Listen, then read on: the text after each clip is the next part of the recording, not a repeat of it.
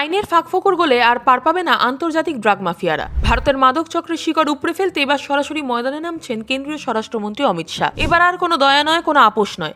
মাদক কারবারিদের বিরুদ্ধে মোদী সরকার গ্রহণ করতে চলেছে এক চরম নির্মম নীতি বা রুথলেস অ্যাপ্রোচ। আর সেই কারণেই বদলে ফেলা হচ্ছে দেশের সব থেকে বড় মাদক বিরোধী আইন অর্থাৎ এনডিপিএস অ্যাক্টকে। ঠিক কি বদল আসতে চলেছে এই আইনে? কিভাবে আন্তর্জাতিক ড্রাগ সিন্ডিকেটগুলির কোটি কোটি টাকার সাম্রাজ্য ধ্বংস করার ব্লুপ্রিন্ট তৈরি করেছে কেন্দ্র।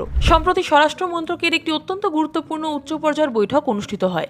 দেশের শীর্ষ নিরাপত্তা আধিকারিক এবং মাদক নিয়ন্ত্রণ ব্যুরো বা এনসিবি কর্তাদের উপস্থিতিতে সেই বৈঠকে সভাপতিত্ব করেন স্বরাষ্ট্রমন্ত্রী অমিত শাহ। বৈঠক শেষে তিনি স্পষ্ট জানিয়ে দেন, ভারতের তরুণ প্রজন্মকে ধ্বংসের হাত থেকে বাঁচাতে মাদক পাচারকারীদের বিরুদ্ধে জিরো টলারেন্স নীতি নেওয়া হবে।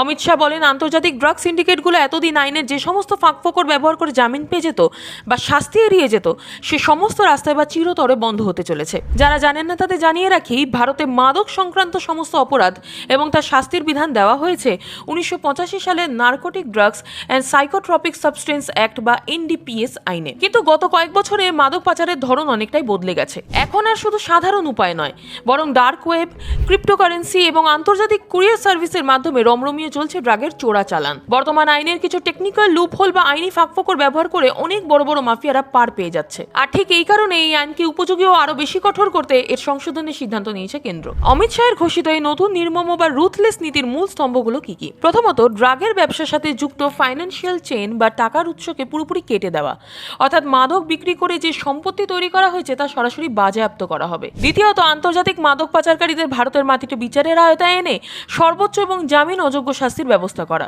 তৃতীয়ত, রাজ্য এবং কেন্দ্রের সমস্ত তদন্তকারী সংস্থার মধ্যে রিয়েল টাইম ডেটা শেয়ারিং বাড়ানো, যাতে দেশের যে কোনো কোনায় ড্রাগ ঢুকলেই তার সাথে সাথে ধরা পড়ে যায়। কেন্দ্রীয় সরকারের এই পদক্ষেপ শুধু অপরাধ দমনের জন্য নয়, এটি ভারতের জাতীয় নিরাপত্তার সাথে জড়িত। কারণ বিভিন্ন রিপোর্টে দেখা গেছে যে ড্রাগ পাচারের এই কালো টাকা অনেক সময় দেশবিরোধী ও জঙ্গি কার্যকলাপে ব্যবহার করা হয়, যাকে আমরা নার্কো টেররিজম বলি। এই নতুন সংশোধিত আইন কার্যকর হলে যেমন একদিকে স্কুল কলেজের পড়ুয়াদের সুরক্ষিত করা যাবে, ঠিক তেমনই দেশের সীমান্ত পেরিয়ে আসা নার্কো টেররিজমের কোমরও ভেঙে দেওয়া সম্ভব হবে। মাদক চক্র রুখতে অমিত শাহের এই কঠোর অবস্থান এবং এনডিপিএস আইন সংশোধনের সিদ্ধান্তকে আপনারা কতটা সমর্থন করেন? আপনার কি মনে হয় এই কড়া পদক্ষেপের পর ভারতের ড্রাগ মাফিয়াদের পুরোপুরি নির্মূল করা সম্ভব হবে? আপনাদের মূল্যবান মতামত নিচের কমেন্ট বক্সে অবশ্যই জানান। ভিডিওটি ইনফরমেটিভ মনে হলে লাইক শেয়ার করতে ভুলবেন না। দেখতে থাকুন।